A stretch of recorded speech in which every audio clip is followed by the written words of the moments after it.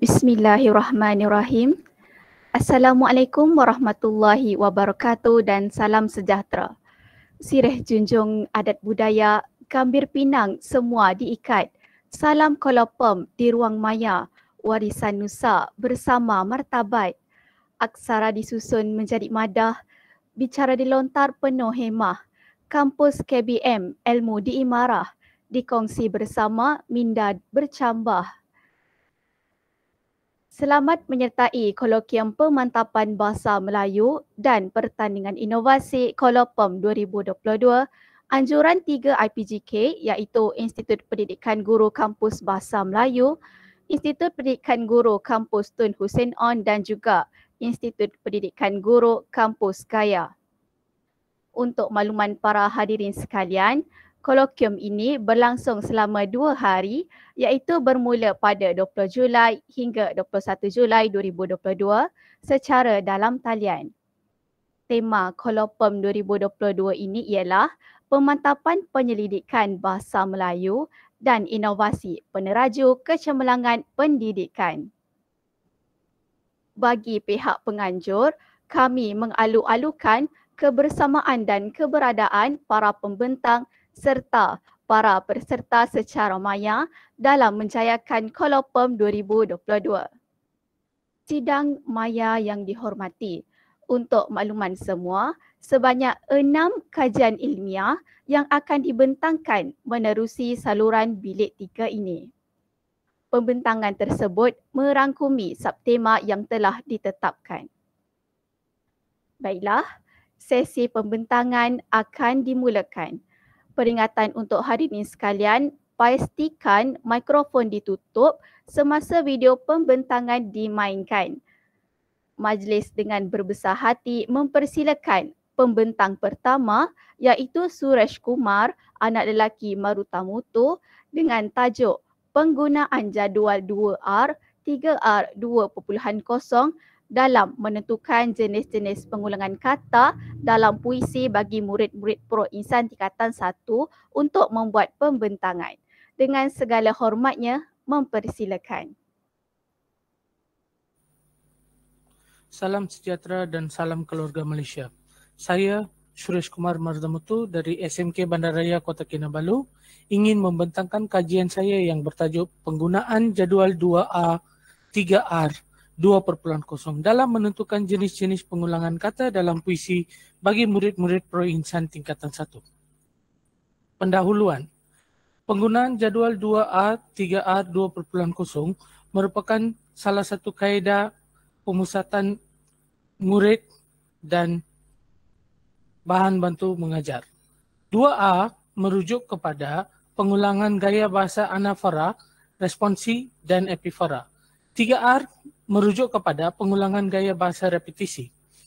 Manakala angka 2.0 pula merujuk kepada bahan yang dihasilkan merupakan versi baharu yang telah dicipta setelah pemurnian telah dilakukan pada bahan asal. Penggunaan jadual 2A 3R 2.0 membolehkan aktiviti pengajaran dalam pembelajaran akan menjadi lebih berkesan kerana wujudnya komunikasi dua ala di antara guru dengan murid. Penyataan masalah. Terdapat 4 masalah yang telah dikenal pasti oleh penyelidik. Pertama, murid-murid Pro Insan tidak dapat mengenal pasti jenis-jenis pengulangan kata dalam puisi. Kedua, murid-murid Pro Insan tidak dapat menjawab soalan puisi dengan menggunakan ayat yang gramatis. Ketiga, murid-murid Pro Insan tidak berminat terhadap bahan Komsas. Keempat, murid-murid Pro Insan berasa bosan dengan kaedah tradisional chalk and talk semasa pengajaran dan pembelajaran khususnya bahan Komsas. Sorotan kajian. MOP 2010 menegaskan bahawa penggunaan BBM bukan sahaja mengukuhkan ingatan, malahan membantu mereka menyelesaikan masalah secara sendiri. Stacey 2001 menunjukkan penggunaan bahan bantu mengajar yang sesuai dengan tajuk murid yang ingin disampaikan dapat membantu para murid mempelajari sesuatu idea pelajaran dengan lebih berkesan. SIDIC 2018 menyatakan kepentingan repetisi dalam karya penulisan untuk mewujudkan emosi, maksud dan persekitaran yang ingin ditunjukkan oleh penulis. Dian 2019 menyokong bahawa Penggunaan pengulangan kata dalam puisi dapat menguatkan penekanan terhadap maksud yang ingin disampaikan oleh penulis. Berikut merupakan antara objektif dalam kajian ini. Untuk menyelidik keberkesanan penggunaan jadual 2A 3A 2.0 dalam mengenal pasti jenis-jenis pengulangan kata dalam puisi dalam kalangan murid. Untuk menyelidik keberkesanan penggunaan jadual 2A 3A 2.0 dalam membantu murid-murid pro-insan menjawab soalan puisi dengan menggunakan ayat yang gramatis. Untuk mengkaji penggunaan jadual 2A 3A 2.0 dalam meningkatkan minat murid-murid pro-insan terhadap bahan Komsas. Untuk menyelidik kesan penggunaan jadual 2A 3A 2.0 dalam mewujudkan suasana pembelajaran yang efektif dan menyeronokkan. Persoalan kajian. Terdapat 4 persoalan dalam kajian ini. Pertama, adakah penggunaan jadual 2A 3A 2.0 ini dapat membantu murid-murid pro-insan mengenal pasti jenis-jenis pengulangan kata dalam puisi? Kedua, adakah penggunaan jadual 2A 3A 2.0 dapat meningkatkan kemahiran mengenal pasti jenis-jenis pengulangan kata dalam puisi dalam kalangan murid? Ketiga, adakah penggunaan jadual 2A 3A 2.0 dapat meningkatkan minat murid-murid pro-insan terhadap bahan Komsas? Yang terakhir, adakah penggunaan jadual 2A 3A 2.0 ini dapat mewujudkan suasana pembelajaran yang efektif dan menyeronokkan? Reka bentuk kajian. Kajian eksperimen digunakan dalam penyelidikan ini. Reka bentuk kuasi eksperimen telah digunakan dalam kajian ini. Reka bentuk ini adalah bertujuan untuk menjawab persoalan kajian dan objektif kajian. Reka bentuk ini mengandungi 2 kumpulan responden, yaitu kumpulan rawatan dan kumpulan kawalan. Kedua-dua kumpulan ini dipilih melalui teknik persempelan berdasarkan keputusan ujian bulanan Mac, yaitu di bawah 40 markah. Dalam reka bentuk ini, kumpulan responden yang dipilih merupakan kumpulan yang mempunyai kriteria yang hampir sama. Terdapat 2 pembeli ubah yang terlibat dalam penyelidikan yang menggunakan pendekatan ini, yaitu pembeli ubah bersandar dan pembeli ubah tidak bersandar. Pembeli ubah bersandar ialah pembeli ubah yang menerima kesan, pembeli ubah tidak bersandar ialah pembeli ubah yang dikaji kesan penggunaannya. Dalam kajian ini, pembeli ubah bebas ialah jadual 2A 3A 2.0. Pembeli ubah bersandar ialah prestasi dan minat murid. Reka bentuk kuasi eksperimen bagi kaedah ujian pra-pasca adalah bertujuan untuk melihat perubahan ke atas kumpulan kawalan dan rawatan berdasarkan tahap penguasaan murid. Daripada Raja 1, kumpulan kawalan dipilih daripada kelas 1 Hibiscus, 1 Daisy, 1 Jasmine, 1 D1, 1 D5, 1 D10, dan 1 D11. Kumpulan rawatan pula dipilih daripada kelas 1 Carnation, 1 D3, 1 D6, dan 1 D9. Kedua-dua kumpulan kawalan dan rawatan diberikan ujian pra yang sama untuk menguji kefahaman sedia ada bagi topik pengulangan kata dalam puisi. Ujian pasca diberikan kepada kumpulan kawalan selepas sesi PDPC yang menggunakan kaedah tradisional. Bagi kumpulan rawatan pula, ujian pasca diberikan selepas penggunaan bahan bantu mengajar jadual 2A 3A 2.0. Sampel kajian. Seramai 100 orang murid telah dipilih sebagai sampel dalam kajian ini. 31 bagi kumpulan kawalan, 69 bagi kumpulan rawatan. Responden-responden yang telah dipilih diklasifikasikan sebagai kumpulan pro-insan kerana mereka di bawah penyelidikan program intervensi berterusan oleh guru mata pelajaran Bahasa Melayu masing-masing. Kesemua responden telah ditemu bual secara lisan untuk mengenal pasti masalah yang dihadapi oleh mereka dalam menguasai topik pengulangan kata dalam puisi. Instrumen kajian. Dalam kajian ini, penyelidik telah menggunakan 3 instrumen, iaitu ujian pra, ujian pasca, dan borang soal selidik. 6.68 bagi ujian pasca. Jadual 6 menunjukkan skop rata ujian pra dan ujian pasca bagi kumpulan kawalan. Skop rata bagi kumpulan kawalan 2.01 bagi ujian pra, dan 2.60 bagi ujian pasca. Perbincangan kajian. Perbezaan yang ketara dapat dilihat daripada graf bar bagi kumpulan rawatan selepas menggunakan jadual 2A, 3A, 2.0. Dalam pengajaran dan pembelajaran bagi topik puisi tingkatan 1. Manakala, bagi kumpulan kawalan pula, murid-murid tidak menunjukkan peningkatan prestasi yang drastik. Hal ini dapat dilihat dengan jelas daripada graf bar 2. Keberkesanan jadual 2A, 3A, 2.0 dapat dilihat dengan jelas daripada prestasi pencapaian murid yang ditunjukkan dalam graf bar 1. Kesimpulan. Kesimpulannya, kajian yang dijalankan telah mendapati penggunaan jadual 2A, 3A, 2.0 sebagai bahan bantu mengajar dapat membantu murid-murid pro-insan tingkatan 1 dalam menguasai gaya bahasa pengulangan kata dalam puisi. Kajian ini juga menunjukkan bahawa bahan bantu mengajar ini sangat berguna dalam proses PDPC di sekolah. Usaha untuk memurnikan lagi jadual 2A, 3A, 2.0 ini harus diteruskan supaya boleh digunakan oleh semua murid termasuk murid-murid pendidikan khas, guru-guru pensyarah, pendidikan Institut Pendidikan Guru, Universiti serta Kementerian Pelajaran Malaysia.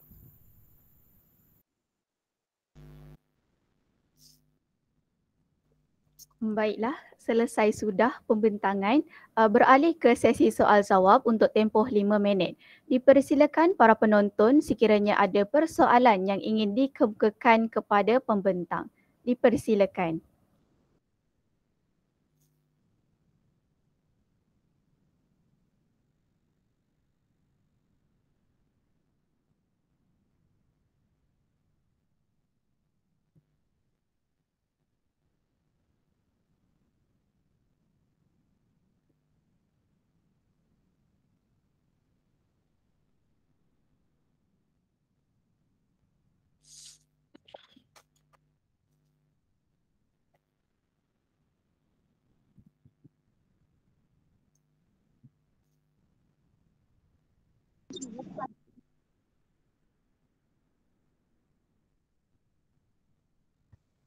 Baiklah, nampak gayanya tiada soalan yang diutarakan. Kita teruskan kepada pembentangannya seterusnya.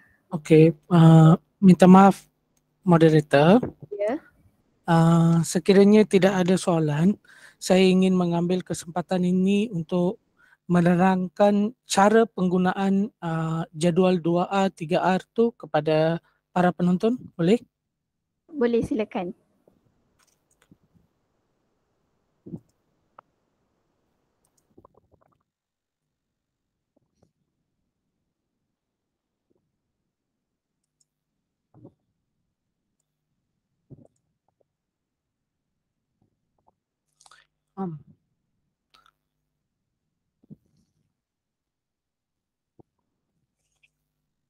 Maaf, sebelum itu Tuan diberi masa selama 5 minit untuk buat pembentangan Tuan ni. Okey. Terima kasih.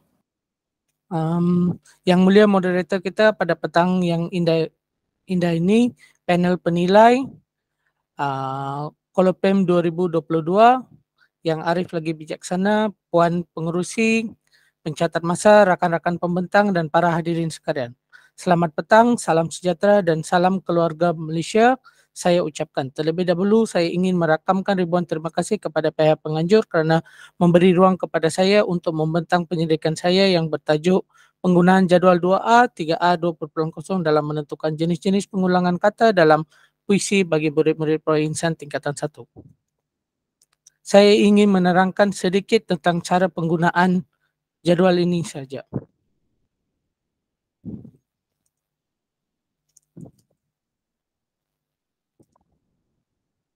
Okey, ini merupakan jadual 2A, 3A yang saya telah hasilkan. Tuan-tuan boleh melihat sendiri kedudukan gaya bahasa yang digunakan iaitu anafora, responsi, epifora dan repetisi. Anafora bermaksud pengulangan kata pada awal baris. Contoh, insan yang mesra, insan yang mulia.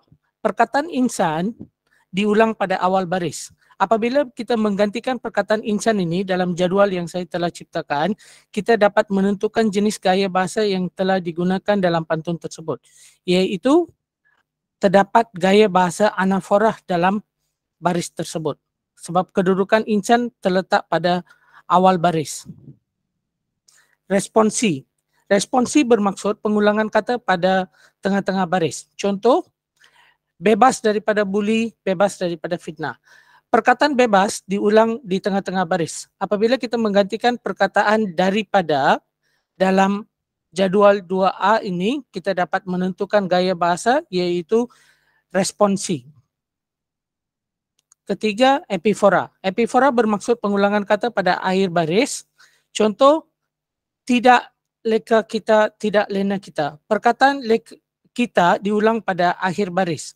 Apabila kita menggantikan perkataan kita dalam jadual 2A, 3A, 2.0 ini, kita dapat menentukan gaya bahasa epifora. Yang terakhir, repetisi. Pengulangan kata pada repetisi bermaksud pengulangan kata pada baris yang sama. Contoh, buah sintang, buah senikul. Satu memegang, satu memikul. Perkataan buah dan satu diulang pada baris yang sama. Apabila kita menggantikan perkataan buah itu dalam jadual 2A, 3R, kita dapat menentukan terdapat gaya bahasa repetisi dalam pantun tersebut. Repetisi juga merujuk kepada pengulangan kata atau ungkapan pada baris atau rangkap yang berbeza. Okey, ini adalah jadual 2A, jadual 2A 3R yang asal dan selepas pembaharuan dinamakan sebagai jadual 2A 3A 2.0. Dari segi saiz dia sudah dikecilkan dan terdapat nota di bahagian belakang. Okey, ini merupakan perkongsian yang telah dibuat di peringkat dalaman di antara guru-guru bahasa Melayu di SMK Bandaraya Kota Kinabalu. Dan saya juga telah mengikuti tim teaching pelaksanaan jadual 2A 3R ini bersama dengan guru untuk menguji keberkesanan jadual ini dengan guru mata pelajaran lain iaitu kesusastraan bahasa Melayu, dan sudah terbukti jadual ini boleh digunakan untuk kesusastraan bahasa Melayu juga. Okey, ini pula di kelas 1 Alamanda pengguna tim teaching juga bersama dengan guru bahasa Melayu. Okey, saya juga telah membuat penyebarluasan dengan guru-guru di daerah Kota Kinabalu dengan membentangkan penyelidikan saya ini melalui perkongsian webinar yang telah dianjurkan oleh Kumpulan Inovasi Pendidik PPDKK. Saya juga telah membentang penyelidikan saya pada tahun lepas dalam Konbayu 2021 dalam kajian tindakan, tapi tahun ini saya masuk dalam kajian penyelidikan selepas banyak pembaharuan dalam penulisan saya telah dilakukan. Saya telah membentang dalam seminar Darul Salam Sedar 2021 peringkat kebangsaan juga. Ini adalah baru-baru ini saya telah mendapat pingat gangsa dalam Virtual Asian Innovation Show 2022 peringkat antarabangsa. Dan ini pula inovasi, saya telah mengikuti pertandingan inovasi dan penyelidikan Pinang 2022 STEM Digital peringkat kebangsaan juga. Okey, itu saja. Sekian, terima kasih. Harap tuan-tuan dan puan-puan dapat sedikit sebanyak tentang cara penggunaan jadual 2A, 3A, 2.0 ini dan boleh mengaplikasikan kepada murid-murid atau kepada di IPG sendiri pun boleh. Ada persoalan?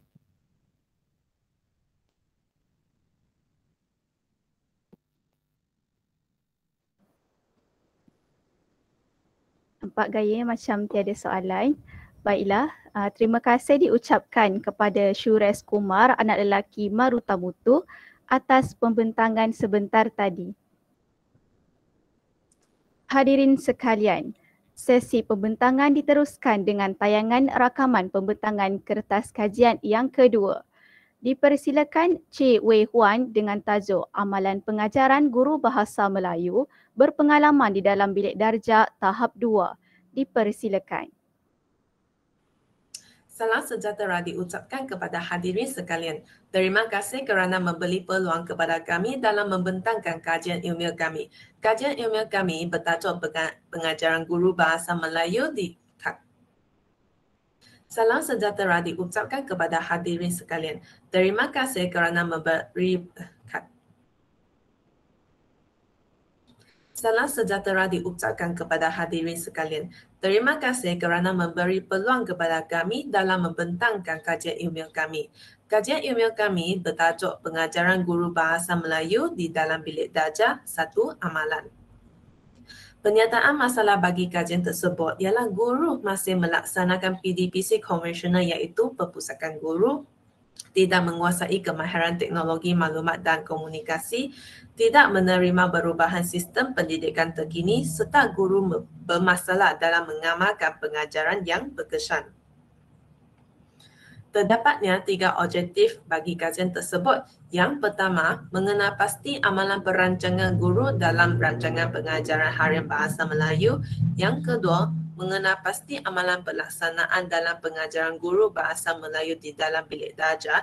Dan yang ketiga, iaitu mengenal pasti amalan penilaian guru bahasa Melayu dalam menyimak hasil kerja murid. Soalan kajian pula adalah berdasarkan objektif kajian. Yang pertama, apakah amalan perancangan guru dalam rancangan pengajaran harian bahasa Melayu? Yang kedua, bagaimanakah guru bahasa Melayu melaksanakan pengajaran di dalam bilik darjah? Dan yang ketiga, iaitu bagaimanakah guru bahasa Melayu menilai hasil kerja murid? Kerangka konseptual bagi kajian tersebut adalah berdasarkan model pengajaran Joyce and Will yang mengandungi 3 peringkat iaitu perancangan, pelaksanaan dan juga penilaian. Bagi peringkat yang pertama iaitu perancangan, komponen-komponen yang diliputi adalah pengetahuan guru, pengetahuan murid, objektif pengajaran, penggunaan sumber dan PDPC yang koheren. Seterusnya, peringkat pelaksanaan meliputi pula komunikasi, teknik pengajaran, menggalakkan murid berfikir, maklum balas guru serta fleksibiliti dan responsif. Peringkat yang terakhir iaitu penilaian merangkumi latihan murid, penyemakan tugas dan juga refleksi pengajaran guru. Semua komponen tersebut menjurus kepada amalan pengajaran guru.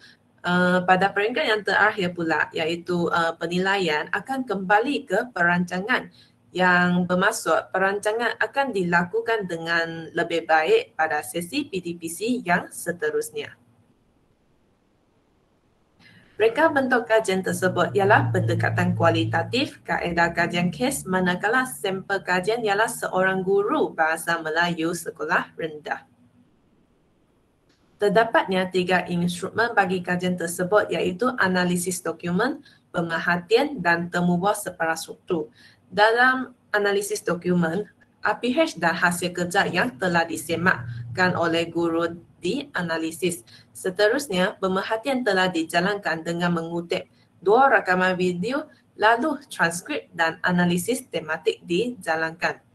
Instrumen kajian yang terakhir iaitu temubuah seprastruktur dilakukan dengan mengutip rakaman suara lalu transkrip dan analisis tematik juga dilakukan. Prosedur menganalisis data pula adalah berdasarkan modul interaktif Smart and Huberman. Terdapatnya proses yang saling berkaitan. Pengumpulan data adalah segala maklumat yang dilihat, didengar, dikumpulkan dan data tersebut bukan data akhir yang dianalisis secara langsung dalam membuat kesimpulan akhir. Pemaparan data pula adalah sekumpulan data atau maklumat yang disusunkan supaya memudahkan pengkaji lebih senang memahami apa yang terjadi dan apa yang harus dilaksanakan. Reduksi data dijalankan dengan proses pemilihan mentransformasi data mentah secara berulangan supaya dapat mengambil data yang diperlukan sahaja. Berdasarkan data-data yang telah direduksi dan disaringkan, pengkaji membuat kesimpulan yang didukung dengan bukti yang kuat pada tahap pengumpulan data. Triangulasi antara data temu buah, pemerhatian dan analisis dokumen juga dilakukan. Pemerhatian dan analisis dokumen dijadikan sebagai data sokongan yang tidak boleh berdiri sendiri. Oleh itu, kedua-dua data tersebut disandarkan dengan data temu buah. Dengan itu, data yang dikumpulkan dapat memuaskan tahap kebolehpercayaan yang tinggi. Dapatan kajian. Bagi amalan perancangan pengajaran guru, peserta kajian 1 ataupun PK1 telah memperlihatkan ilmu dalam pedagogi dan subjek bahasa Melayu yang mantap dalam menyediakan RPH. Selain itu, PK1 juga mengambil kira pengalaman sedia ada dan aras kebolehan murid. Dan lagu kanak-kanak disenaraikan dalam perancangan pengajaran kerana berupaya menarik minat murid dalam mengikuti pembelajaran. Yang ketiga, PK1 juga menentukan objektif dengan mengambil kira kebolehan murid dan mengikut dokumen standard kurikulum dan pentadbiran DSKP. Objektif yang terdapat dalam RPH meliputi silibus subjek bahasa Melayu. Yang keempat, PK1 menggunakan pelbagai sumber pengajaran dalam perancangan seperti internet, buku teks, lagu kanak-kanak dan sebagainya. Dan yang kelima, PK1 menyediakan PDPC yang koheren iaitu sesuai dengan aras murid dan tajuk supaya objektif PDPC dapat dicapaikan. Dan langkah-langkah pengajaran dalam RPH juga disusun dengan sistematik. Terdapatnya 5 komponen yang akan menjawab soalan kajian yang kedua iaitu bagaimanakah guru bahasa Melayu melaksanakan pengajaran di dalam bilik darjah. Yang pertama, PK1 berkomunikasi dan memberi penerangan kepada murid secara jelas. PK1 juga menggunakan teknik penyoalan yang lebih bertumpu dan bercampur, iaitu walaupun ditanya secara spontan tetapi masih bertumpu kepada tema yang diajar. PK1 juga menyediakan aktiviti melalui pemilihan BBM ataupun sumber pengajaran secara terperinci berdasarkan objektif PDP supaya dapat mendorong murid untuk berfikir. PK1 juga selalu memberi maklum balas dan terus memberi jawapan kepada soalan yang diajukan oleh murid supaya mereka tidak mengalami kekeliruan secara langsung. PK1 juga menunjukkan fleksibiliti dan responsif jika terdapat perubahan atau pengubahsuaian PDPC yang tidak dapat dielakkan. PK1 akan menjual beli iaitu tukar atau ganti jadual waktu PDP dengan guru lain supaya tidak tercicir pengajaran. Bagi amalan penilaian pengajaran guru pula, PK1 memberikan latihan kepada murid selepas tamat sesi pengajaran supaya dapat memperkukuhkan pengetahuan mereka. Penyemakan tugasan murid juga dilaksanakan oleh PK1 secara konsisten dan murid perlu membuat pembetulan jika terdapatnya kesilapan.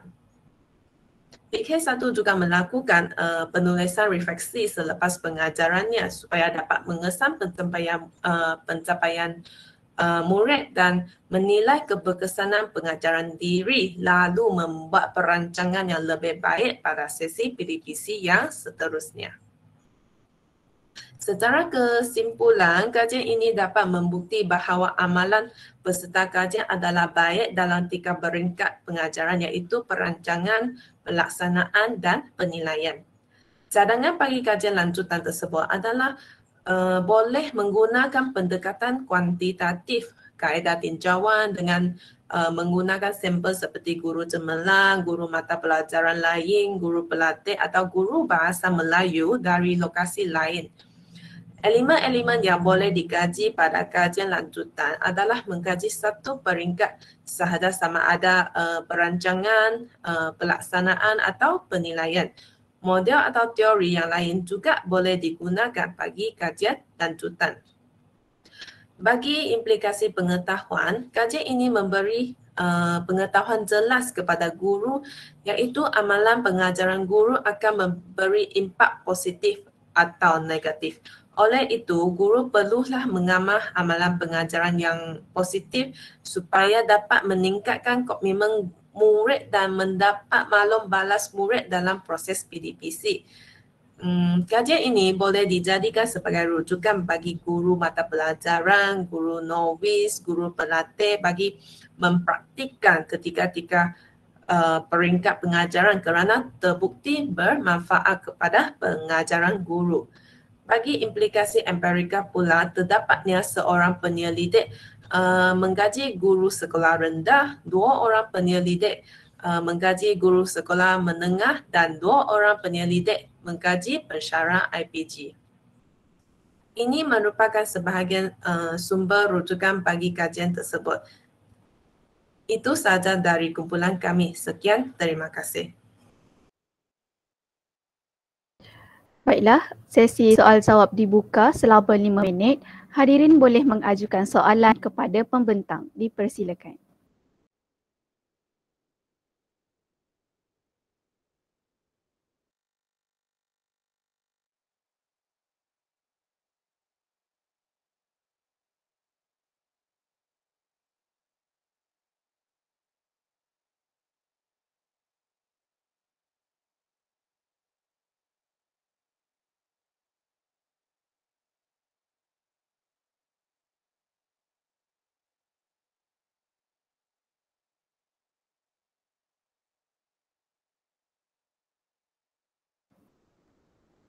Nampak gayanya tiada soalan yang diberikan.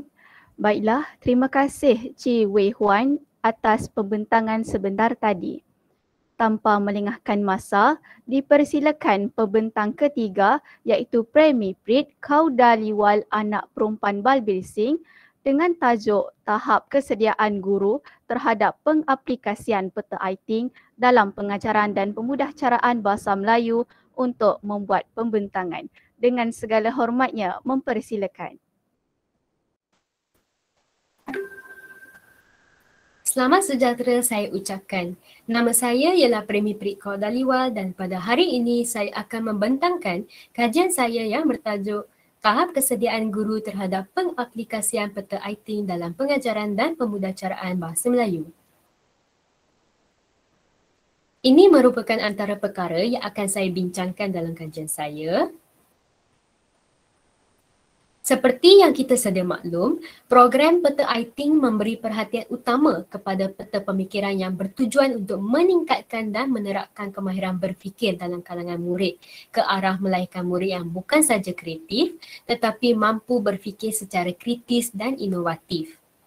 Pendedahan guru yang mencukupi terhadap peta Aiting secara interaktif dengan mengaplikasikan elemen-elemen grafik yang pelbagai dan warna yang berlainan menarik minat murid secara serta-merta lalu membantu meningkatkan pencapaian murid. KPM menerusi PPPM 2013 sehingga 2025 telah menekankan kemahiran berfikir dalam kalangan murid lalu memperkenalkan peta Aiting sebagai suatu alat yang bakal membantu guru untuk menyampaikan isi pelajaran dengan cara yang lebih berkesan serta menggalakkan interaksi dua hala ataupun interaksi aktif antara guru dan murid. Namun, menurut kajian Hazli Muhammad menyatakan bahawa kebanyakan guru tidak menekankan kemahiran berfikir kepada murid dalam pengajarannya. Hal ini demikian kerana guru lebih fokus untuk mencapai objektif pengajaran dan menghabiskan sukatan pelajaran serta lebih berfokuskan kepada peperiksaan semata-mata. Tambahan pula, sesetengah guru menganggap bahawa murid terlebih dahulu menguasai semua fakta dan konsep sesuatu mata pelajaran sebelum murid boleh digalakkan berfikir. Menurut Adnan Ayub dan Khairuddin Muhammad 2016, sesetengah golongan pendidik gagal untuk menguasai konsep dan pengetahuan peta Aiting sepenuhnya. Ketidakpastian dan kekurangan informasi dalam pelaksanaan peta Aiting secara praktikal telah mendorong mereka supaya mengekalkan kaedah pengajaran tradisional berbanding dengan alat pemikiran berbentuk grafik. Ditambah pula dengan tiada pemantauan terhadap tahap penilaian guru terhadap aspek aktiviti pelaksanaan program peta Aiting di sekolah. Sehubungan itu, kajian ini dijalankan bagi mengetahui tahap kesediaan guru mengaplikasikan peta Aiting dalam PDPC Bahasa Melayu. Kajian saya merangkumi satu objektif dan satu persoalan kajian. Secara khusus terdapat satu objektif dalam kajian ini iaitu mengenal pasti tahap kesediaan guru Bahasa Melayu terhadap pelaksanaan peta ITING. Seterusnya, kajian ini dijalankan untuk menjawab satu persoalan iaitu apakah tahap kesediaan guru terhadap pengaplikasian peta ITING dalam PDPC Bahasa Melayu. Ini merupakan kerangka konseptual kajian yang digunakan sebagai rujukan dan panduan semasa menjalankan kajian yang meliputi objektif, instrumen kajian, teori dan model kajian iaitu teori perkembangan guru berlainar dan model proses pendidikan Bryan, cara analisis data dan dapatan kajian. Seterusnya, kajian ini menggunakan pendekatan kuantitatif dengan kaedah tinjauan. Kaedah persampelan yang digunakan ialah persampelan rawak muda. Sampel bagi kajian ini terdiri daripada 95 orang guru Bahasa Melayu. Sampel ini dipilih berpandangan perisian sampel size calculator oleh Rosoft Inc. Kajian pula dijalankan di 8 buah sekolah kebangsaan di daerah Johor Bahru. Berdasarkan analisis data dalam kajian rintis ini, pengkaji mendapati bahawa item menunjukkan nilai alfa krombak yang tinggi. Secara keseluruhannya, item dalam bahagian B menunjukkan nilai alfa krombak sebanyak 0.960 iaitu tinggi. Kajian ini akan mengadaptasi soal selidik yang dibangunkan oleh Fadilah Anak Layang dan Zamri Mahamud 2016. Instrumen kajian saya terdiri daripada dua bahagian iaitu bahagian A, profil responden dan bahagian B untuk menguji tahap kesediaan guru menggunakan skala ala Likert 4 mata. Setelah data soal selidik dikumpul, saya telah menganalisis data menggunakan Statistical Packages for the Social Science SPSS versi 28. Kemudian, data-data dianalisis melalui statistik deskriptif dengan mencari nilai min dan sisihan piawai. Ini merupakan dapatan kajian bagi tahap kesediaan guru terhadap pengaplikasian peta ITING dalam PDPC Bahasa Melayu, yang menunjukkan tahap kesediaan guru berada pada tahap yang sederhana. Item ke-10 iaitu saya mengenal pasti tahap pengetahuan murid dalam pelaksanaan peta ITING mendapat min tertinggi sebanyak 3.47. Manakala item pertama, saya melaksanakan aktiviti PDPC dengan mengaitkan dengan peta ITING menunjukkan min terendah sebanyak 3.32. Secara keseluruhannya, dapat disimpulkan bahawa tahap kesediaan guru terhadap pengaplikasian peta ITING dalam pengajaran dan pemudacaraan Bahasa Melayu adalah sederhana. Bagi soalan kajian pertama, menyokong kajian Nur Hasmaliza 2016 yang mendapati lebih 60% guru mengaplikasikan penggunaan peta ITING dalam proses PDPC bagi menambahkan pengetahuan pembelajaran murid walaupun tahap amalan guru terletak pada tahap sederhana. Implikasi kajian ini terdiri daripada implikasi pengetahuan, implikasi empirikal dan implikasi praktikal. Dalam implikasi pengetahuan, kajian ini menjelaskan pengetahuan guru mengenai kandungan, pedagogi dan bahan pengajaran amat mempengaruhi keberkesanan pengajaran dan pemudacaraan di dalam kelas. Dalam implikasi empirikal pula, lebih memfokuskan keberkesanan penggunaan peta ITING dalam PDPC dan mengisi kelompongan tersebut dengan menggunakan kajian tinjauan untuk mengkaji dengan lebih lanjut tentang pengetahuan dan kesediaan guru. Dari segi implikasi praktikal, kajian Hazlin 2016 dan Salinah 2017 dapat memberi kesedaran kepada guru bahawa pengaplikasian peta ITING dapat memudahkan proses pengajaran guru serta dapat meningkatkan kualiti PDPC. Sehubungan dengan itu, kajian ini memberikan cadangan kepada pihak yang terlibat secara langsung dalam organisasi pendidikan.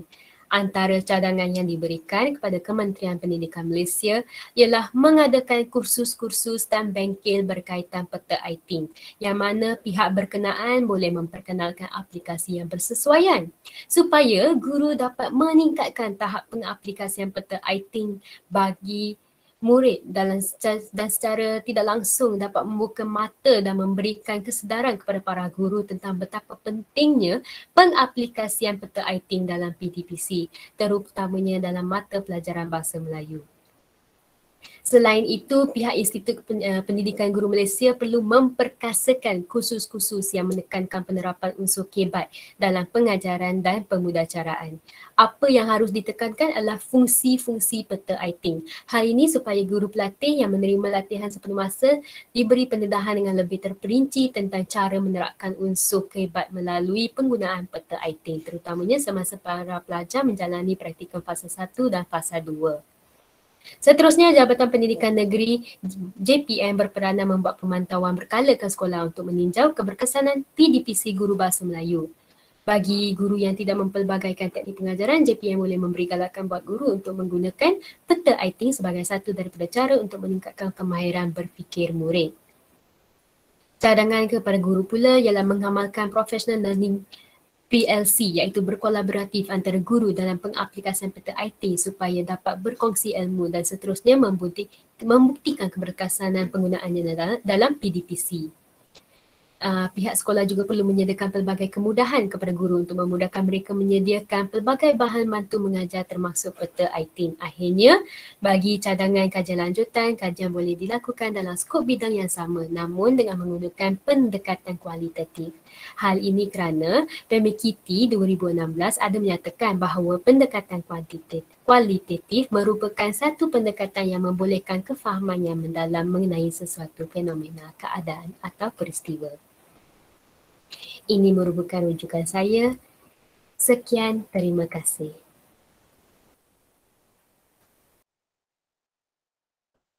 Selesai sudah pembentangan ketiga.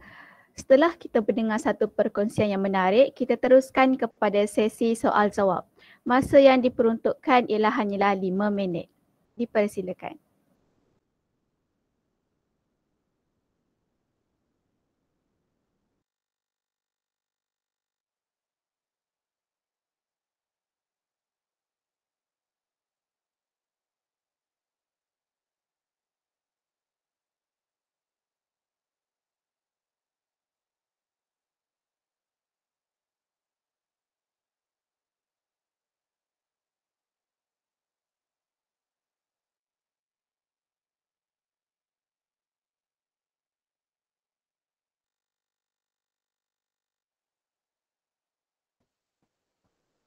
Jika tiada soalan yang diajukan, izinkan saya untuk teruskan pembentangan yang seterusnya. Baiklah, terima kasih kepada Prime Miprik, Kau dan Liwal anak perempuan Balbising atas pembentangan sebentar tadi. Sidang maya. Sesi pembentangan diteruskan dengan pembentangan kertas kajian yang keempat. Dipersilakan Nur Syahirah binti Muhammad Razali dengan tajuk kajian beliau ialah tahap pengaplikasian Bahasa Melayu.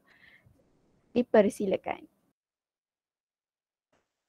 Bismillahirrahmanirrahim. Assalamualaikum warahmatullahi wabarakatuh dan salam sejahtera saya ucapkan. Saya Nur Syahirah binti Muhammad Razali.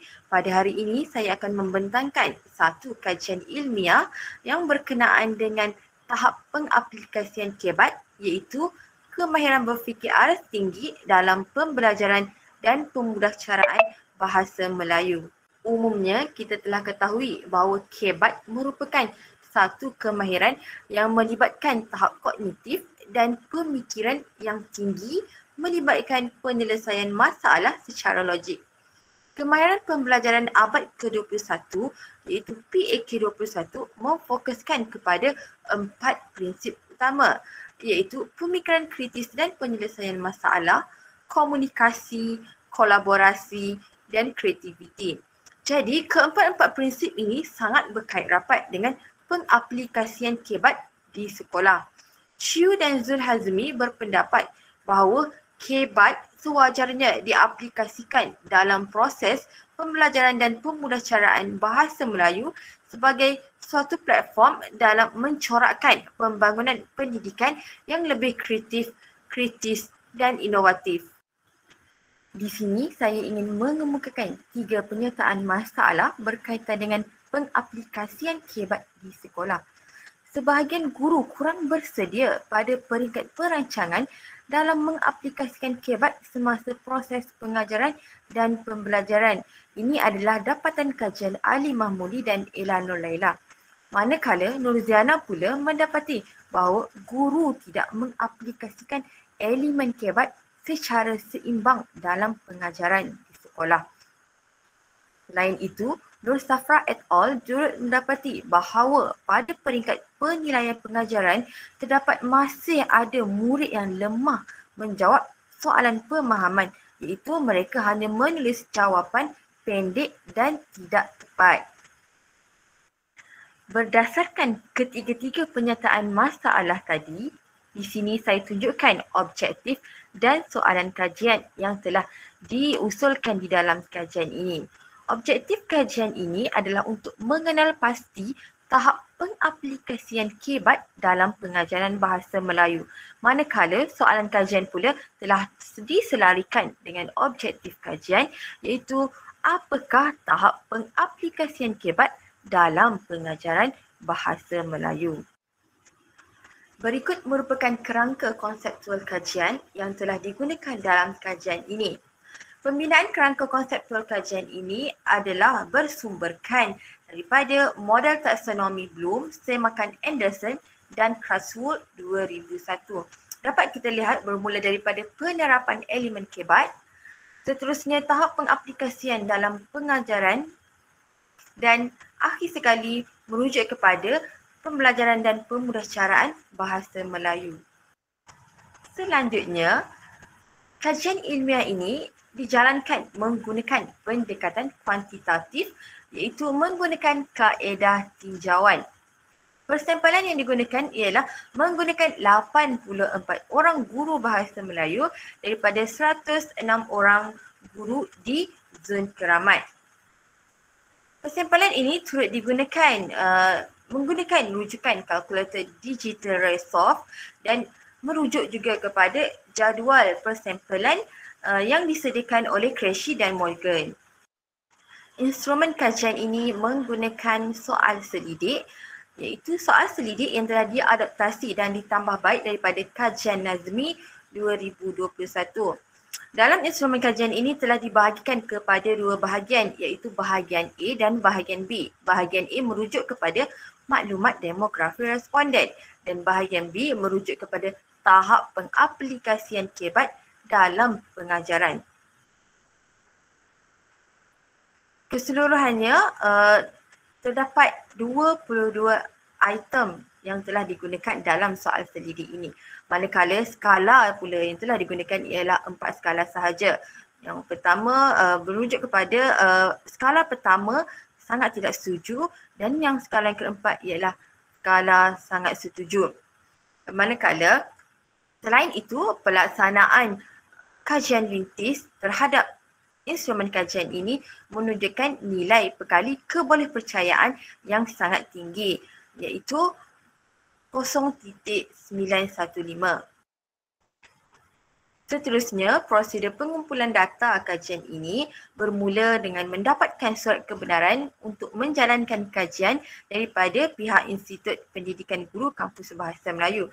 Seterusnya, surat tersebut dihantar beserta surat permohonan menjalankan kajian kepada pihak sekolah melalui email. Seterusnya, saya telah berhubung dengan guru besar untuk memohon kebenaran meneruskan pengumpulan data dan akhir sekali pautan Google Forms soal selidik telah diedarkan kepada disebarkan kepada guru-guru bahasa Melayu untuk dijawab. Dan manakala seterusnya prosedur penganalisisan data pula, data dipindahkan, data yang telah dikutip dipindahkan ke dalam perisian SPSS versi 28 dan seterusnya data tersebut dianalisis secara deskriptif menggunakan interpretasi skor min yang bersumberkan Jamil Ahmad 2002. Berikut merupakan 14 item untuk menjawab soalan kajian. Jadi keseluruhan item ini telah menunjukkan dapatan min yang sangat berbeza. Dan di sini saya tunjukkan bahawa dapatan min yang terendah dan dapatan min yang tertinggi. Dapatan min yang terendah merujuk kepada soalan guru melibatkan murid secara aktif dalam mencipta sesebuah idea baharu terhadap kandungan pelajaran. Manakala min tertinggi pula merujuk kepada guru memberikan peluang kepada murid iaitu dalam memberi pendapat semasa aktiviti PDPC dijalankan. Berdasarkan dapatan daripada instrumen soal selidik yang telah dijawab oleh 84 orang guru bahasa Melayu, di sini saya dapat simpulkan kesimpulan terhadap pengaplikasian KEBAT dalam pelaksanaan pengajaran. Dapatan ini menunjukkan bahawa pengaplikasian KEBAT guru di sekolah berada pada tahap yang sederhana. Dapatan ini selari dengan kajian Nur Hasmaliza dan Zamri yang mendapati tahap kesediaan guru membuat perancangan pengajaran yang menerapkan KEBAT dalam PDPC Bahasa Melayu berada pada tahap yang sederhana. Selain itu, perbezaan dapatan daripada kajian Muhammad Nurul Azmi yang mendapati bahawa tahap pengaplikasian KEBAT berada pada tahap yang rendah. Jadi, ini menunjukkan satu respon yang positif terhadap kajian ini bahawa dan mendapati bahawa dapatan kajian ini dapatan sederhana dan manakala kajian yang sebelum ini mendapati bahawa pengaplikasiannya adalah rendah. Jadi yang terakhir dapatan ini juga telah menyokong dapatan kajian Kopinat yang memperoleh tahap pengaplikasian KEBAT yang pada peringkat penilaian pengajaran turut menunjukkan bahawa dapatan yang sederhana. Tuntasnya, implikasi dan cadangan kajian ini, implikasi saya bahagikan kepada 3 bahagian iaitu implikasi pengetahuan, implikasi praktikal dan implikasi teori. Implikasi pengetahuan telah menunjukkan bahawa guru dapat meningkatkan kualiti pengajaran melalui pengaplikasian KEBAT dalam pedagogi bahasa Melayu. Manakala implikasi praktikal pula, guru dapat menitikberatkan pengaplikasian KEBAT bagi menghasilkan sumber dan bahan pengajaran yang lebih berkesan kepada murid-murid. Manakala implikasi teori pula menunjukkan bahawa penggunaan model taksonomi semakan iaitu daripada Anderson dan Criswell 2001 yang menunjukkan bahawa ini adalah panduan baharu kerana model semakan ini kurang digunakan di dalam kajian sebelumnya. Seterusnya, cadangan kajian ini telah dirujuk kepada 4 bahagian. Yang pertama iaitu cadangan kepada Kementerian Pendidikan Malaysia. Cadangan ini telah menyeru supaya pihak KPM mengembangkan program-program pengantarbangsaan yang berkaitan dengan kemahiran berfikir serta inovasi yang dibudayakan dalam pendidikan di negara lain. Seterusnya, cadangan kepada pihak sekolah. Pihak sekolah perlu memohon keperluan pakar SISC Plus dari PPD untuk membantu guru-guru meningkatkan kemahiran pengaplikasian KEBAT dalam PDPC Bahasa Melayu terutamanya. Dan yang ketiga, cadangan kepada guru Bahasa Melayu, guru perlu mewujudkan rakan pembelajaran yang berinovatif di sekolah. Guru juga perlu membudayakan PLC sebagai salah satu cara untuk meningkatkan pengetahuan guru tentang kemahiran berfikir ini. Dan cadangan yang terakhir iaitu cadangan kajian lanjutan. Cadangan kajian lanjutan ini dicadangkan supaya dijalankan di negeri-negeri lain dan menggunakan sampel yang lebih besar. Selain itu, cadangan kajian ini juga mencadangkan untuk menggunakan murid sebagai responden untuk mendapatkan data yang lebih tepat dan seterusnya akhir sekali melaksanakan kajian berbentuk kualitatif atau gabungan. Sekian daripada saya. Assalamualaikum warahmatullahi wabarakatuh. Terima kasih. Sesi soal jawab dibuka. Tuan, puan boleh mengajukan soalan kepada pembentang.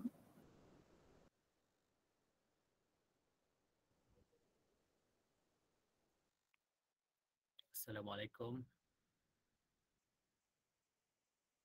Yang pertama tahniah kepada pembentang yang berkisahkan tentang kebat pada petang ini. Baik, soalan saya dari sudut pentaksiran, kita lihat dari sudut pentaksiran dan saya harap pembentang dan rakan-rakannya lebih ariflah tentang kebat ni. Baik, dari segi pentaksiran, maksudnya soalan lah ya. Kalau kita bercakap tentang soalan kebat, ada yang mengatakan soalan kebat ni soalan yang susah. Ya, adakah persepsi ini benar? Itu satu soalan ya. Adakah soalan ni dari sudut pentaksiran soalan kebat ini susah? Ya, itu satu persepsi. Adakah bersetuju atau tidak? Nanti kita dengarlah ya. Yang kedua, ada satu bahagian lagi dinamakan kebar. Ya, kebar dan kebat. Jadi apa perbezaan antara kebar dan kebat? Itu saja. Terima kasih.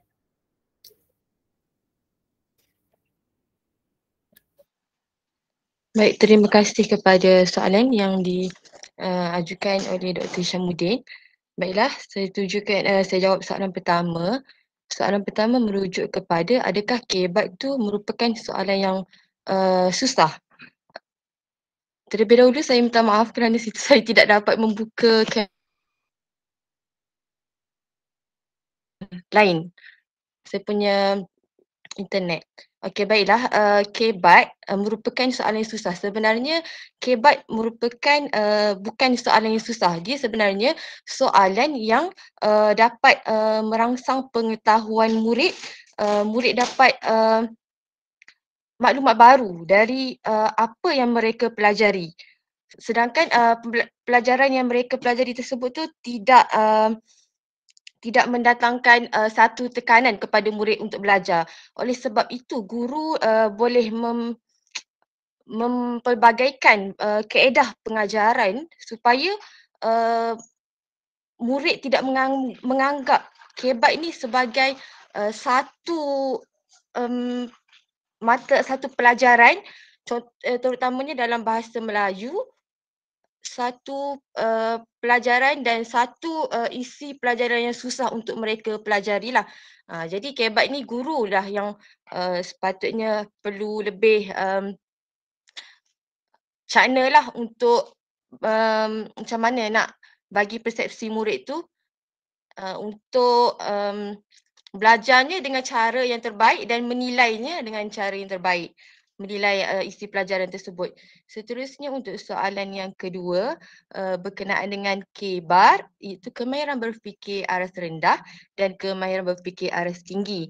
Kebar merupakan aras yang rendah, iaitu murid dapat mengetahui dan mengingat di dalam 6 taksonomi belum tersebut. Dan untuk kebat, untuk aras tinggi pula, kemahiran berfikir aras tinggi pula merujuk kepada yang teratas, murid dapat menilai, menganalisis, mengaplikasi dan mencipta maklumat isi pelajaran yang mereka pelajari. Jadi dia punya tahap pemikiran yang rendah dan tinggi, itu sahaja perbezaannya. Itu sahaja pendapat dari saya. Terima kasih.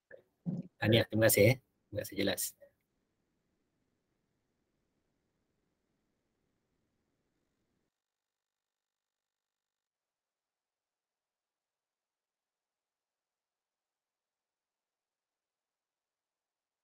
Jika tiada soalan lagi, saya akan teruskan lagi pembentangan kajian ilmiah yang selanjutnya.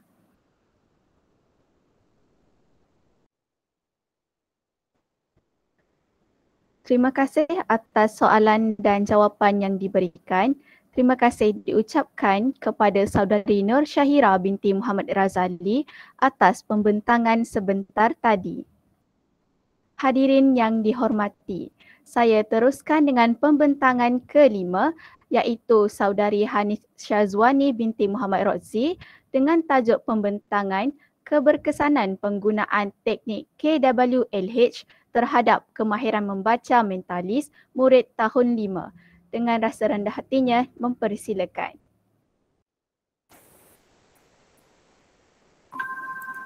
Assalamualaikum warahmatullahi wabarakatuh. Saya Hani Syazwani binti Muhammad Rozi daripada IPG Kampus Bahasa Melayu akan membentangkan kajian saya yang bertajuk keberkesanan penggunaan teknik KWLH terhadap kemahiran membaca mentalis murid tahun 5. Lebih dahulu kita pergi kepada pengenalan. Membaca merupakan aspek yang sangat penting dalam kehidupan seharian kerana membaca merupakan asas kepada sumber pengetahuan. Menurut NAIMA et al. 2014, kemahiran membaca merupakan satu proses kompleks yang melibatkan minda, persepsi, linguistik dan psikologi di mana ia merujuk kepada keupayaan seseorang untuk mengecam bentuk visual, menghubungkan antara bentuk dan bunyi, membunyikannya dan berupaya untuk mentafsirkan maksud tersebut. Dalam arti kata lain, membaca merujuk kepada kebolehan atau kemampuan seseorang untuk memahami sepenuhnya perkara yang dibaca. Oleh itu, kemahiran membaca wajar diberikan penekanan sepenuhnya kepada setiap murid bagi melahirkan murid yang berupaya untuk memahami perkara yang dibaca secara lebih efektif. Jadi kita lihat kepada pernyataan masalah. Menurut Zaini 2002 dalam 1 2017, ketidakcekapan menguasai kemahiran membaca menyebabkan murid tidak dapat menjawab soalan pemahaman dengan baik. Hal ini demikian kerana murid kurang menggunakan sepenuhnya pemikiran untuk menjawab soalan alas tinggi berpunca daripada guru yang tidak menggunakan teknik yang sesuai dalam PDPC. Menurut Cik Zanariah dan Fazlah 2011 berpendapat bahawa guru tidak menggunakan pendekatan kaedah teknik dan aktiviti yang sesuai dalam PDPC kemahiran membaca. Tuan Jah dan Faridah 2012 pula berpendapat hak penguasaan kemahiran membaca mentalis sukar untuk dikesan oleh guru kerana bacaan mentalis melibatkan bacaan yang disuarakan di dalam hati atau menterjemahkan isi bacaan tersebut kepada makna tanpa mengeluarkan suara. Justru itu, tujuan bagi kajian ini adalah untuk mengkaji tahap keberkesanan penggunaan teknik KWLH terhadap penguasaan kemahiran membaca mentalis dalam kalangan murid tahun 5. Oleh itu, objektif bagi kajian ini terbahagi kepada dua. Yang pertama, mengenal pasti tahap penguasaan kemahiran membaca mentalis murid tahun 5 dan yang kedua ialah untuk menguji tahap keberkesanan penggunaan teknik KWLH terhadap penguasaan kemahiran membaca mentalis murid tahun 5. Justru itu, soalan bagi kajian ini ialah apakah tahap penguasaan kemahiran membaca mentalis murid tahun 5 dan adakah terdapat perbezaan yang signifikan antara kumpulan kawalan dan kumpulan rawatan terhadap tahap penguasaan kemahiran membaca mentalis setelah pelaksanaan teknik KWLH bagi murid tahun 5. Jadi, hipotesis bagi kajian ini terbagi kepada 4. Yang pertama, tidak terdapat perbezaan yang signifikan antara min ujian pra bagi kumpulan kawalan dan kumpulan rawatan. Hipotesis yang kedua, tidak terdapat perbezaan yang signifikan antara min ujian pasca bagi kumpulan kawalan dan kumpulan rawatan. Hipotesis yang ketiga, tidak terdapat perbezaan yang signifikan antara min ujian pra dan ujian pasca bagi kumpulan kawalan. Dan hipotesis yang keempat ialah tidak terdapat perbezaan yang signifikan antara min ujian pra dan ujian pasca bagi kumpulan rawatan. Reka bentuk bagi kajian ini menggunakan pendekatan kuantitatif, kaedah pasti eksperimen, persampalan menggunakan persampalan tidak rawat bertujuan. Justru itu, populasi bagi kajian ini adalah seramai 80 orang murid tahun 5 Sekolah Kebangsaan Jalan Datuk Kumbar Alustar Kedah. Oleh itu, sampel bagi kajian ini terdiri daripada 66 orang murid yang terbahagi kepada 33 orang murid bagi kumpulan kawalan dan 33 orang murid bagi kumpulan rawatan. Instrumen kajian ini menggunakan ujian pra dan ujian pasca dan bagi kedua-dua ujian ini mengandungi 5 soalan pemahaman. Dari aspek kesahan, ujian pra dan ujian pasca ini telah mendapatkan kesahan daripada seorang pakar bahasa daripada Pensyarah Jabatan Pengajian Melayu IPG KBM dan 2 orang pakar kandungan daripada Pensyarah Jabatan Pengajian Melayu IPG KBM dan guru Sekolah Kebangsaan Perempuan Jalan Batu. Dari aspek kebolehpercayaan, ujian ini dinilai berdasarkan nilai Alpha Cronbach di mana nilai Alpha Cronbach bagi ujian pra ialah 0.9 dan bagi ujian pasca ialah 0.9. Menurut model pengukuran Rush dalam Bond dan Ford 2015, nilai 0.9 menunjukkan nilai yang sangat baik dan efektif dengan hak konsistensi yang tinggi. Selain itu, kebolehpercayaan juga diukur berdasarkan indeks kesukaran IQ dan indeks diskriminasi ID di mana berdasarkan kiraan IQ dan ID, setiap item bagi ujian pra dan ujian pasca diterima dan boleh digunakan pakai. Justru, kaedah penganalisian data di mana nilai skor ujian pra dan ujian pasca akan dimasukkan dalam Microsoft Excel dan dianalisis dalam Statistical Package for Social Science SPSS dan data dianalisis menggunakan ujian T sampel bebas dan ujian T berpasangan. Seterusnya, data akan diinterpretasikan dalam bentuk analisis deskriptif seperti kekerapan, peratusan min, sisian piawai dan nilai signifikan. Kita lihat kepada dapatan kajian. Peserta bagi kajian ini terdiri daripada 66 orang murid, mana bagi kumpulan kawalan terdiri daripada 14 orang murid lelaki dan 19 orang murid perempuan. Bagi kumpulan rawatan terdiri daripada 11 orang murid lelaki dan 22 orang murid perempuan. Bagi kumpulan kawalan pula terdiri daripada 32 orang murid Melayu dan seorang murid bukan Melayu, dan bagi kumpulan rawatan terdiri daripada 30 orang murid Melayu dan 3 orang murid bukan Melayu. Kita pergi kepada dapatan bagi soalan kajian yang pertama, apakah tahap penguasaan kemahiran membaca mentalis murid? Berdasarkan ujian pra yang telah dilakukan, bilangan murid yang telah mencapai tahap cemerlang ialah 0 orang, sederhana 26 orang dan lemah 7 orang bagi kumpulan kawalan. Manakala bagi kumpulan rawatan, bilangan murid yang mencapai tahap cemerlang ialah 0 orang, sederhana 25 orang dan lemah 8 orang. Berdasarkan ujian pasca pula, kumpulan kawalan bagi kumpulan kawalan, bilangan murid yang mencapai tahap cemerlang ialah 2 orang, sederhana 26 orang dan lemah 5 orang. Manakala bagi kumpulan rawatan, bilangan murid yang mencapai tahap cemerlang ialah 12 orang, sederhana 18 orang dan lemah 3 orang. Justru kita lihat kepada perbezaan skor bagi ujian pra dan ujian pasca bagi kumpulan rawatan dan kumpulan kawalan. Tahap penguasaan kemahiran membaca mentalis bagi murid kumpulan kawalan menunjukkan sedikit peningkatan bagi tahap cemerlang di mana daripada 0 orang kepada 2 orang, tahap sederhana kekal 26 orang kepada 26 orang dan penurunan sedikit bagi tahap lemah daripada 7 orang kepada 5 orang. Manakala bagi kumpulan rawatan, tahap penguasaan kemahiran membaca mentalis murid menunjukkan peningkatan yang ketara bagi tahap cemerlang daripada 0 orang kepada 12 orang, dan tahap sederhana mengalami sedikit penurunan daripada 25 orang kepada 18 orang, dan begitu juga tahap lemah daripada 8 orang kepada 3 orang. Justru kita pergi kepada dapatan soalan kajian yang kedua, iaitu hipotesis pertama, tidak terdapat perbezaan yang signifikan antara min ujian pra bagi kumpulan kawalan dan kumpulan rawatan. Dapatan menunjukkan bahawa nilai min bagi ujian pra kumpulan kawalan ialah 3.39, manakala nilai min bagi ujian pra bagi kumpulan rawatan ialah 3.36. Berdasarkan analisis ujian T menunjukkan bahawa nilai signifikan yang diperoleh ialah 0.325. Pakiti 2014 menyatakan bahawa nilai signifikan yang kurang daripada 0.05 menunjukkan terdapat perbezaan yang signifikan. Justru itu, hipotesis yang pertama diterima kerana tidak terdapat perbezaan yang signifikan antara min ujian pra bagi kumpulan kawalan dan kumpulan rawatan. Hal ini jelas menunjukkan bahawa penguasaan kemahiran membaca mentalis murid bagi kumpulan kawalan dan kumpulan rawatan dalam ujian pra adalah sama. Bagi hipotesis yang kedua, tidak terdapat perbezaan yang signifikan antara min ujian pasca bagi kumpulan kawalan dan kumpulan rawatan. Dapatan menunjukkan bahawa nilai min bagi ujian pasca kumpulan kawalan ialah 3.58, manakala nilai min ujian pasca bagi kumpulan rawatan ialah 3.94. Berdasarkan analisis ujian T menunjukkan bahawa nilai signifikan yang diperoleh ialah 0.00. Oleh itu, hipotesis yang kedua ditolak kerana terdapat nilai yang signifikan antara min ujian pasca bagi kumpulan kawalan dan kumpulan rawatan. Hal ini jelas menunjukkan bahawa penguasaan kemahiran membaca mentalis murid bagi kumpulan rawatan lebih tinggi daripada kumpulan kawalan selepas intervensi dijalankan. Bagi hipotesis yang kedua, tidak terdapat perbezaan yang signifikan antara min ujian pra dan ujian pasca bagi kumpulan kawalan. Dapatan menunjukkan bahawa nilai min bagi ujian pra kumpulan kawalan ialah 3.39, manakala nilai min bagi ujian pasca bagi kumpulan kawalan ialah 3.58. Hasil analisis ujian T menunjukkan bahawa nilai signifikan yang diperoleh ialah 0.012. Oleh itu, hipotesis yang ketiga ditolak kerana terdapat nilai yang signifikan antara min ujian pra dan ujian pasca bagi kumpulan kawalan. Hal ini jelas menunjukkan bahawa keadaan konvensional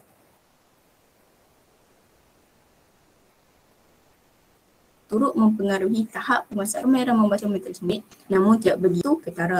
Bagi hipotesis yang keempat, tidak terdapat perbezaan yang signifikan antara min ujian pra dan ujian pasca bagi kumpulan rawatan. Dapatan menunjukkan bahawa nilai min ujian pra bagi kumpulan rawatan ialah 3.36, manakala nilai min ujian pasca bagi kumpulan rawatan ialah 3.94. Berdasarkan analisis ujian D menunjukkan bahawa nilai signifikan yang diperoleh ialah 0.00. Oleh itu, hipotesis yang keempat ditolak kerana terdapat nilai yang signifikan antara min ujian pra dan ujian pasca bagi kumpulan rawatan. Hal ini jelas menunjukkan bahawa penggunaan teknik KWLH dapat meningkatkan tahap penguasaan kemahiran membaca mentalis murid dengan lebih berkesan berbanding dengan kaedah konvensional. Justru itu, kesimpulannya, tahap penguasaan kemahiran membaca mentalis murid tahun 5 ini dijawab melalui persoalan dan pembuktian hipotesis nol yang pertama dan kedua dalam dapatan ujian pra dan ujian pasca.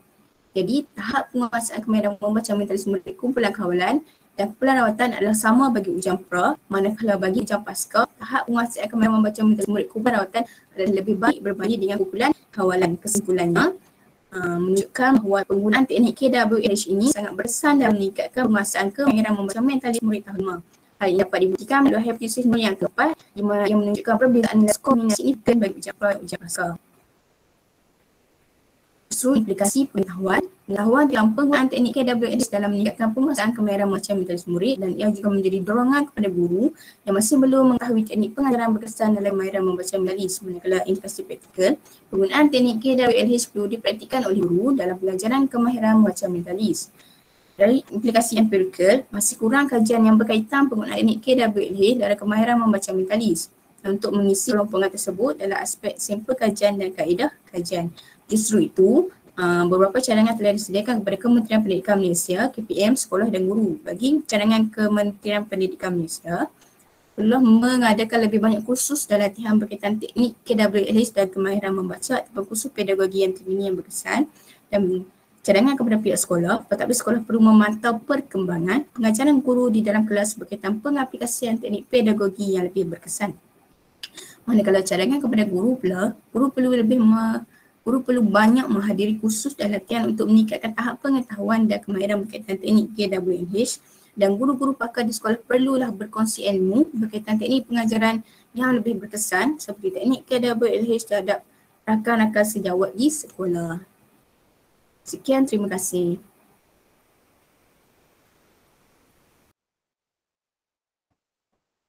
Baiklah, sesi soal jawab dibuka. Hadirin boleh mengajukan soalan kepada pembentang.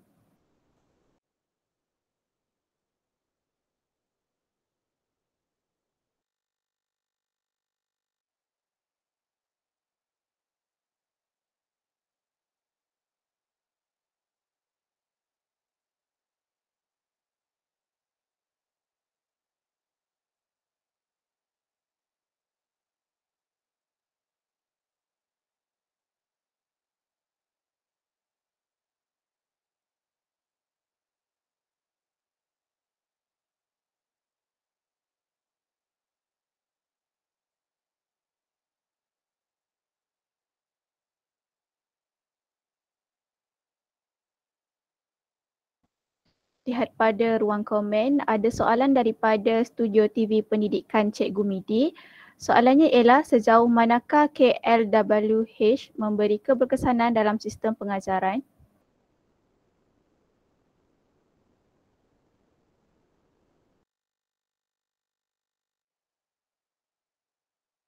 Maafkan saya.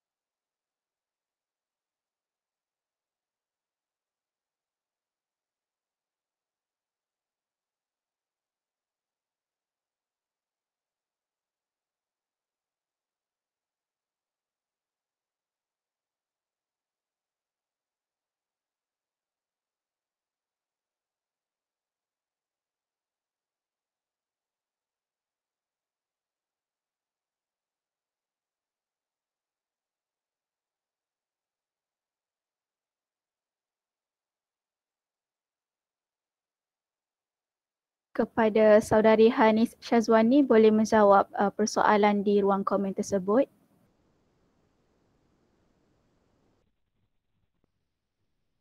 Baiklah, saya mewakili Hanis Syazwani untuk menjawab soalan yang dikemukakan. Terlebih dahulu saya ingin mengucapkan terima kasih kepada soalan yang telah diajukan.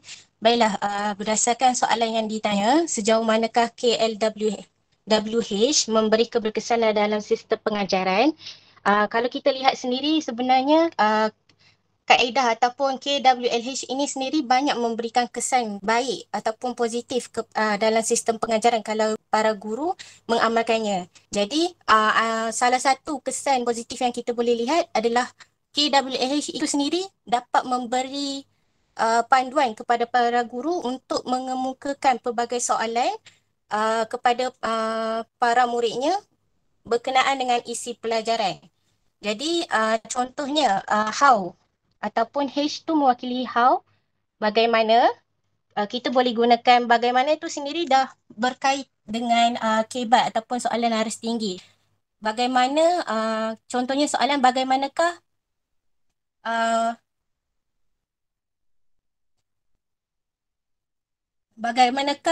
proses contohnya menggoreng ikan dalam subjek bahasa Melayu. Kita tanyakan kepada para murid dan murid akan mula berfikir menggunakan pemikiran yang tinggi, aras tinggi, berfikir bagaimana untuk menjawab soalan tersebut dan bagaimana itu merujuk kepada proses untuk menggoreng ikan. Jadi dari situ kesan positifnya adalah dapat mengasah pemikiran murid untuk berfikir dengan aras tinggi. Jadi itu saja. Terima kasih. Harap dapat menjawab soalan.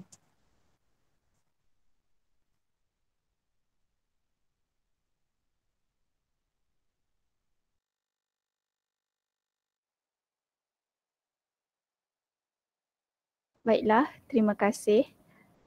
Ada soalan yang ingin dikemukakan lagi?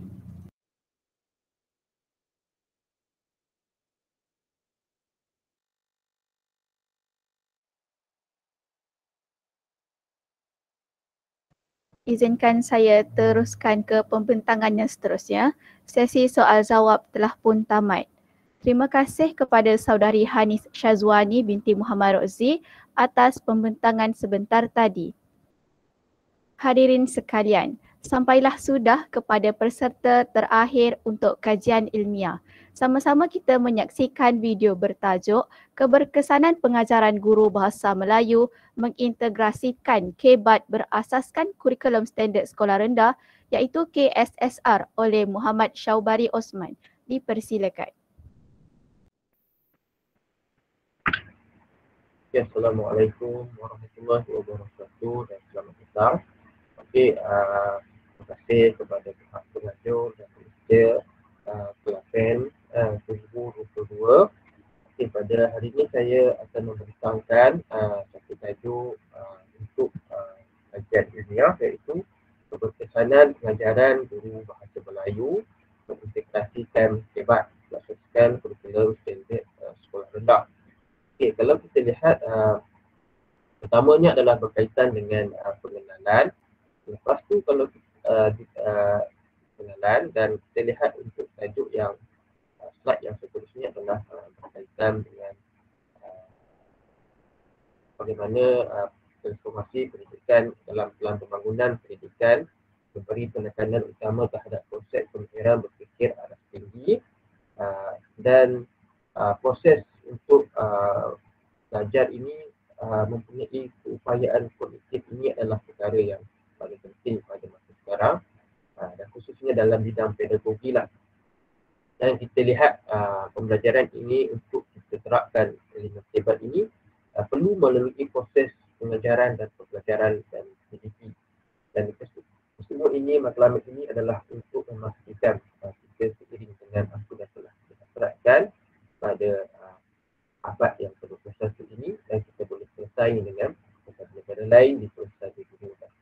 Okey, jadi kalau kita lihat untuk seterusnya daripada kajian yang telah dilaksanakan ini, beberapa contohlah pelaksanaan yang telah berlaku khususnya dalam pelajaran KSSR dan bahawa pelaksanaan KBAT ini menyebabkan upayaan pelajar itu menjadi pelbagai. Ada pelajar yang boleh mengikutinya dan ada juga pelajar yang tidak dapat mengikutinya dengan baik dan ada juga pelajar yang memang cemerlang ataupun sederhana berbagai-bagai keadaan pelajar yang berlaku. Dan ini merupakan salah satu perkara yang memerlukan guru melihat secara perinci dan guru perlu melihat secara mendalam bagaimana proses pelaksanaan pengajaran memberi pesan kepada pelaksanaan dan peningkatan pemikiran berfikir aras tinggi. Okey, kalau kita lihat pernyataan masalah ini daripada beberapa daftar yang menyebutkan khususnya daripada Jemaah Nazir yang menunjukkan masih ada beberapa keperluan untuk peningkatan dalam proses pembelajaran pelajar ni, khususnya dalam meningkatkan tahap pelaksanaan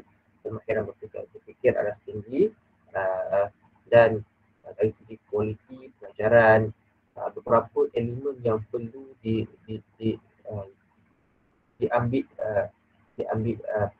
diambil panduan supaya dia tidak menyebabkan berlaku masalah yang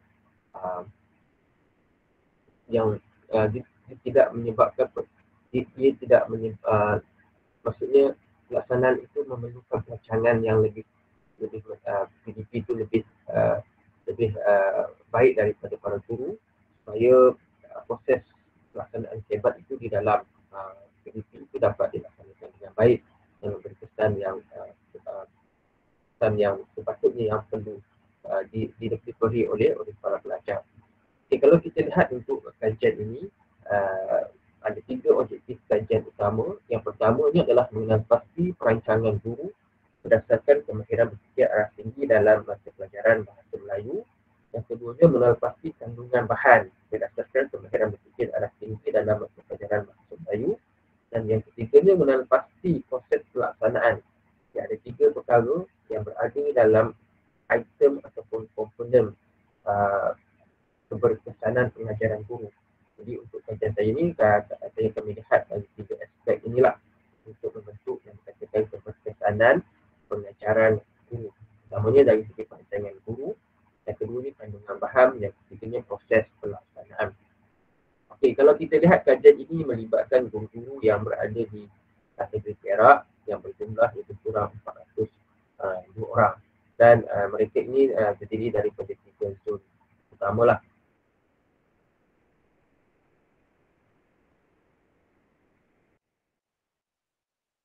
Ini dilaksanakan secara melibatkan dari segi demografi ini adalah berdasarkan jaminan, kelihatan akademi, umur dan pengalaman belajar. Okey, jadi kalau dilihat dari segi dapatannya,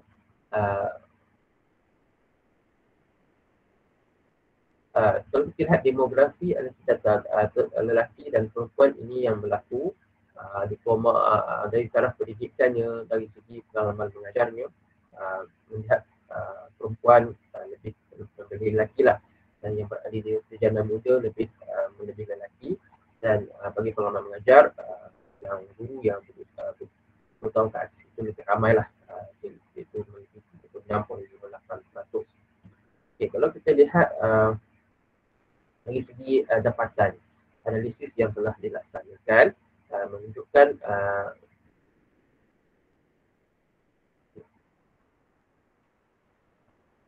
dapatan yang menunjukkan bahawa pengaplikasian kebat ini pada argumen perancangan itu adalah sederhana tinggi. Daripada dapatan keseluruhan yang telah diperolehi lebih 3.93 dan pada kandungan bahan pada 3.95 dan pada pelaksanaan 3.65. Okey, sebelum tu saya terlepas slide, maksudnya ada satu lagi yang dikatakan sebelum untuk pelaksanaan ini kita telah adakan satu instrumen yang telah kita bangunkan dan ada dia punya kelompok alfa yang telah kita dapati berdasarkan pengesahan daripada pakar-pakar sebelum kita berikan kepada para guru untuk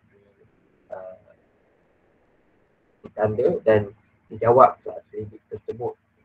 Dan daripada keseluruhan dapatan itu kita mengikuti bahawa proses pengajaran guru adalah dalam keadaan yang dikatakan sederhana, iaitu lebih kurang 3.93 bagi perancangan guru, 3.95 bagi kandungan bahan, dan pada yang terakhir 3.65 bagi proses pelaksanaan. Tapi dari segi kurasanya terdapat sekitar 3.84. Okey. Jadi kalau kita lihat dari segi keseluruhan rumusan yang boleh kita perolehi daripada kajian ini, iaitu pelajaran bahasa Melayu ini adalah satu mata pelajaran yang perlu untuk melalui proses-proses hebat dengan lebih teliti.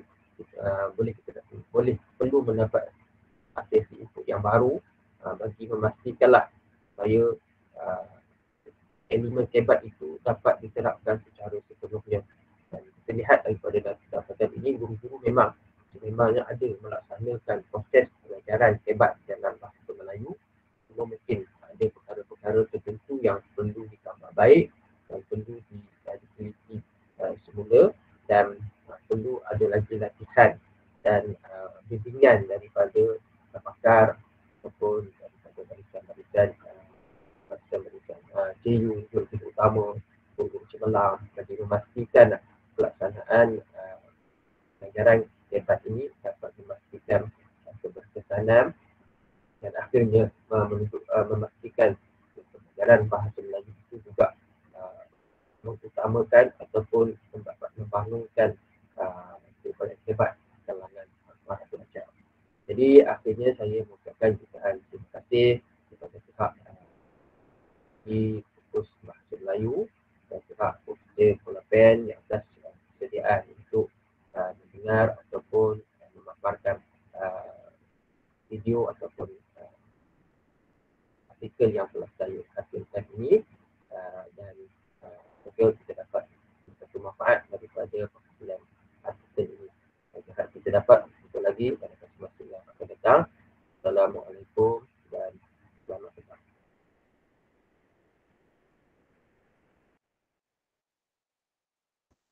Pembentangan yang syarat dengan ilmu telah kita dengar sebentar tadi. Mungkin ada soalan yang ingin dikemukakan kepada pembentang. Pertanyaan bermula 5 minit dari sekarang. Assalamualaikum. Boleh saya ajukan soalan kepada pembentang? Soalan saya, wajarkah elemen kebat ini diterapkan dalam sukatan KSSR masa kini, sedangkan kita tahu sebagai seorang guru silibus sukatan KSSR generasi kini telah disuka dalam kalangan murid, terutama tahap 1 iaitu terdiri dari tahun 1, 2 dan 3. Mohon pencerahan. Terima kasih. Okey, terima kasih kepada yang bertanya. Okey, untuk jawapan bagaimana kata penerapan untuk kebat ini dalam KSSR, kalau dilihat pelaksanaan KSSR itu sendiri ada elemen-elemen kebat dilaksanakan, tapi cuma mungkin kita ikut dia punya tahap keupayaan pelajar lah. Kalau tahun 1 tu mungkin kaedah kebatnya mungkin lebih simple, tapi still kena perlu untuk pelaksanaan kebat itu dilaksanakan sebab apabila mereka berada di peringkat sekolah peringkat seterusnya tahun 2, tahun 3 pun perkara itu masih kebat itu akan dilaksanakan. Jadi kita pendedahan awal itu penting untuk kepada semua peringkat lah supaya mereka tidak akan ada rasa masalah bila sampai kepada peringkat yang seterusnya. Okay, itu jawapan daripada saya, Puan Fungsi.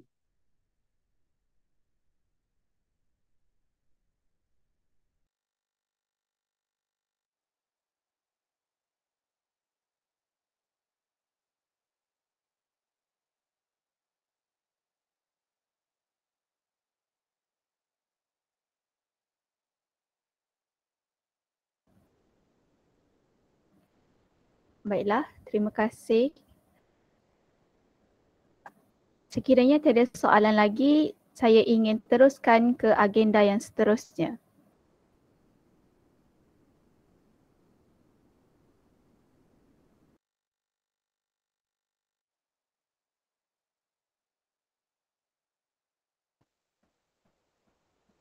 Baiklah, di sini ada soalan daripada Studio TV Pendidikan Cikgu Midi, iaitu bagaimana mahu mengatasi aras kesukaran dalam sukatan KSSR masa kini terutama sebagai seorang guru.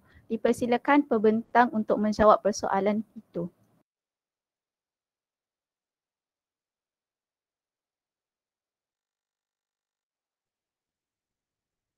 Okey, ini mengatasi aras kesukaran. Sebab kalau kita lihat pelajar ni berada dalam kategori yang berlainan sebab pembinaan kurikulum ni dibina berasaskan kepada satu standard yang melibatkan seluruh negara. Jadi dia bukanlah macam di luar negara, dia ikut standard satu kawasan. Jadi isu yang berlaku kesukaran tu, kesukaran mungkin di suatu tempat mungkin sebab pelajar ni dia ada kepelbagaian dia, jadi dia tidak ada kesamaan di antara satu sama lain. Jadi mungkin di sini merasa sukar, di tempat lain mungkin rasa tak berapa sukar dia punya aras tu. Okey, jadi kaedah yang dilaksanakan sebab kita berasaskan kepada satu standard kurikulum yang diguna satu Malaysia. Jadi perkara yang kesukaran tu dia bergantung kepada kaedah pedagogi lah, bagaimana guru menganalisis keperluan murid dia dan bagaimana dia nak mengatasi berasaskan kepada kaedah yang dia gunakan. Biasanya memang kita tertakluk kepada kurikulum yang dibina oleh pihak kementerian, tapi pada yang sama kita sebagai seorang guru juga perlu melihat dari segi tahap murid kita yang berada. Kalau kita memang ikut sepenuhnya, sebab kurikulum tu mungkin dibina di Putrajaya, sedangkan setengah student tu berada di luar bandar, mungkin dia tak tahu macam mana cara nak mengatasi satu masalah tu. Jadi isunya guru sendiri itulah yang bagaimana kita nak mendedahkan ataupun pedagogi yang sepatutnya kepada murid-murid tersebut.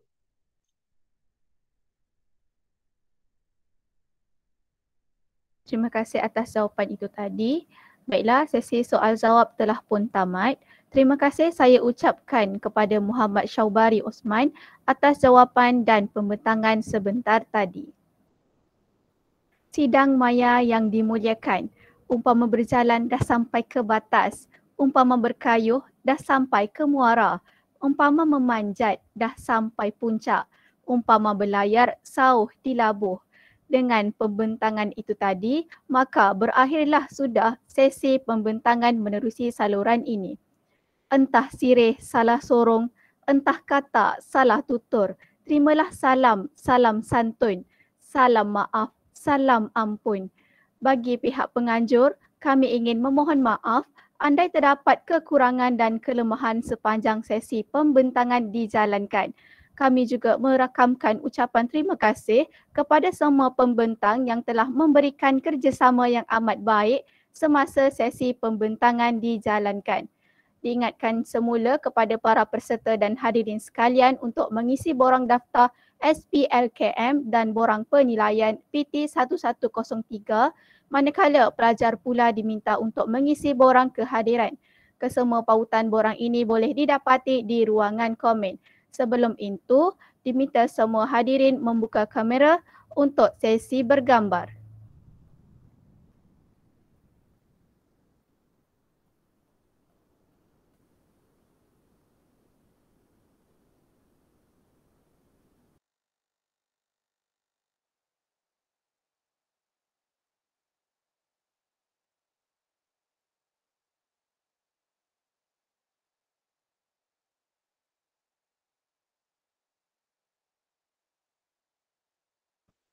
Baiklah, semua bersedia. Minta bantuan hos untuk mengambil gambar. Okey, 1, 2, 3.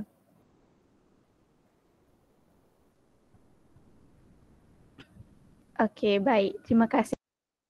Baik, terima kasih semua. Maka dengan itu, berakhirlah sesi kita pada petang ini. Izinkan saya undur diri dahulu. Terima kasih semua atas kerjasama yang diberikan. Akhir kata dari saya, selamat sejahtera dan Assalamualaikum warahmatullahi wabarakatuh. Terima kasih semua.